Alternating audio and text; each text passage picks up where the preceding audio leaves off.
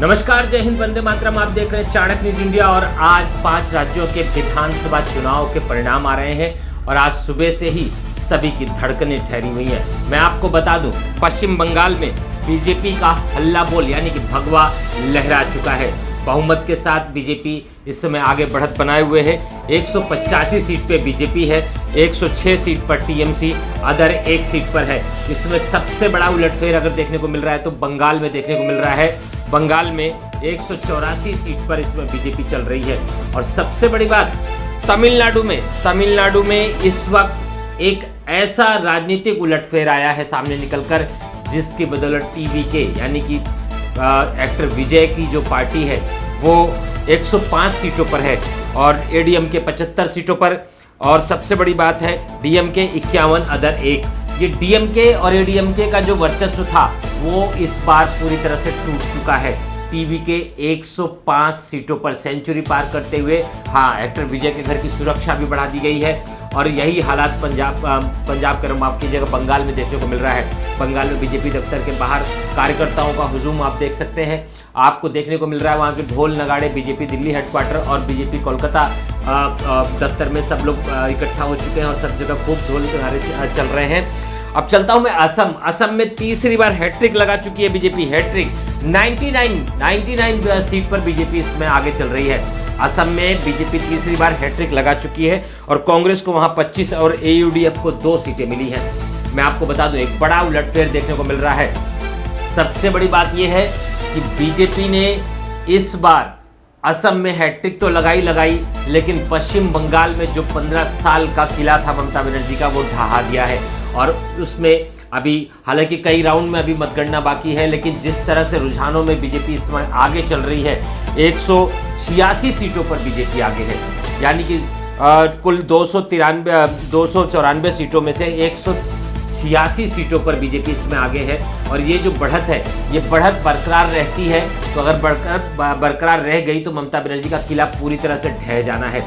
मैं आपको फिर से बता दूं कि तमिलनाडु में जो सालों पुरानी परंपरा थी, वहाँ पे जो पार्टियों का एक वर्चस्व था, एडीएमके और आपका डीएमके का, वो वर्चस्व इसमें एक्टर विजय की जो पार्टी है टीवीके, उसने ऐसा तोड़ा है कि शायद तमिलनाडु की राजनीति में इतना उलटफेर तो कभी देखने को भी नहीं मिला होगा। और बहुत तेजी से टीवीके का संख्या बढ़ रही है। 105 सेंचुरी पार करके टीवीके 232 की विधानसभा में 105 के बढ़त बनाए हुए हैं और एडीएमके 75 पर और डीएमके जो है आपका 52 सीटों पर है। मैं आपको बताता हूँ, केरलम में यूडीएफ 87, एलडीएफ 40, बीजेपी 1।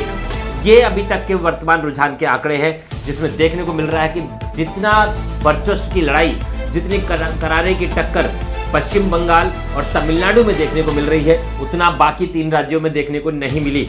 मैं आपको बता दूं, जिस तरह से जनता ने अपना रुझान, अपना मतदान किया, उस मतदान को देखते ही हम आपको पहले भी बता चुके हैं कि जिस दिन आखिरी मतगणना हुई थी, उस दिन शाम को जब हमारा रिजल्ट आया था, हमने जब अपना हमने जब अपना सर्वे रिपोर्ट दी थी आपको, तो हमारा 156 से लेकर 200 सीटों तक के बीच का आंकड़ा था। और इसमें बीजेपी पश्चिम बंगाल में 182 पे चल रही है।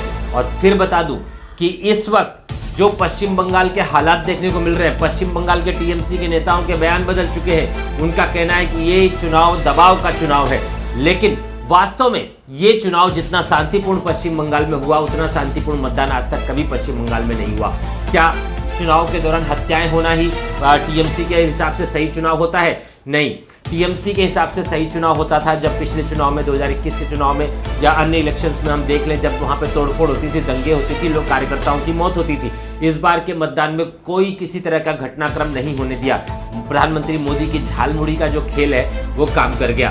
भगवा इसमें पश्चिम बंगाल में लहराता नजर आ रहा है। और सबसे बड़ी बात है कि टीएमसी को ऐसी मात मिलेगी, ये ममता बनर्जी ने भी नहीं सोचा था। टीएमसी इसमें 111 पर है और बीजेपी 189 पर है। हम प्रयास करेंगे, पश्चिम बंगाल चलेंगे, अपनी सहयोगी ममता वैद्या से बात करने का प्रयास करेंगे। और ये बहुत बड़ा उलटफेर देखने को मिला है। ममिता से बात करने का प्रयास करूंगा, जो इसमें बीजेपी हेडक्वार्टर पश्चिम बंगाल में मौजूद है। सुबह से ही हर पल अपनी चीज़ों पे, वहाँ की एक एक बात चीज़ पर निगाह रखे हुए हैं। मौमिता मेरे साथ जुड़ चुकी है। मौमिता, क्या माहौल देखने को मिल रहा है वहां पर? हेलो मौमिता, मेरी आवाज आ रही है आपको? हाँ बोलिए। हाँ, कैसे माहौल देखने को मिल रहा है मौमिता वहां पे? हेलो मेरी आवाज मिल रही मौमिता आपको? हाँ बोलिए। मैं कह रहा हूँ किस तरह का माहौल वहाँ बीजेपी दफ्तर में देखने को मिल रहा है? यहाँ पे पब्लिक की बाहर लाइन है, यहाँ रिपोर्टर्स की पूरी जमी हुई टीम है और एक एक करके जो पुलिस है सब अंदर जा रहा है। जी, आपको मैंने कुछ तस्वीरें भेजी भी हुई है जिनमें आप देख सकते हैं किस तरह से लोग अभी परिणाम के लिए वेट में कर रहे हैं कि कैसे क्या होगा। किस तरह की खुशी वहाँ बीजेपी दफ्तर में नेताओं के चेहरे पे देखने को मिल रही है मौमिता? मिठाई बांट रहा है, झंडे लहरा रहा है और जय श्री राम का गाना गा रहा है हर जगह। यहाँ पे लोगों को पूरा मतलब हो गया कि इस बार बीजेपी जीतेगी। मौमिता, मेरा अगला सवाल आपसे ये है कि जिस तरह से टीएमसी को ये हार मिली है, यानी कि अभी रुझानों में टीएमसी जिस तरह से पीछे चल रही है, ये आखिर इतना बड़ा उलटफेर होने की वजह क्या रही मौमिता? पब्लिक को जो औरतें थी ममता की ज्यादा सपोर्टर वो अभी नहीं रही, यही बात है सबसे ज्यादा व्यक्ति। जी, इस बार पब्लिक का मूड क्या था, क्या कह रही है जनता इस बार? मौमिता से मेरा संपर्क टूट गया है, शायद वहां पे नेटवर्क की दिक्कत थी, लेकिन मौमिता का साफ कहना है पब्लिक का जो मन था, पब्लिक का जो मूड था, वो ऐसा था कि इस बार जय श्री राम के नारे के सिवा, जैसे कि हमने मौमिता से उस दिन अंतिम मतदान के दिन भी बात की थी, मौमिता ने एक ही शब्द बोला था कि जय श्री राम। वो जय श्री राम का जो शब्द निकल के सामने आया था, वो जय श्री राम का जो नारा निकल के सामने आया था, उसका परिणाम आज ये है कि बीजेपी पश्चिम बंगाल में भारी बहुमत के साथ अपनी सरकार बनाने जा रही है। एक बात और बता दूं आपको, हमारे सूत्रों के हवाले से एक जानकारी निकल कर आ रही है कि बीजेपी पश्चिम बंगाल में मुख्यमंत्री की रेस में 6 नाम हैं, जिसको लेकर आज रात तक या कल सवेरे तक चर्चा होगी और बीजेपी का जो संसदीय बोर्ड है वो बैठेगा और बैठकर किसी एक को, पश्चिम बंगाल के ही किसी एक व्यक्ति को मुख्यमंत्री के रूप में नियुक्त करेगा। देखते रहिए चाणक्य न्यूज इंडिया। मैं लौटता हूँ फिर और विषय के साथ, तब तक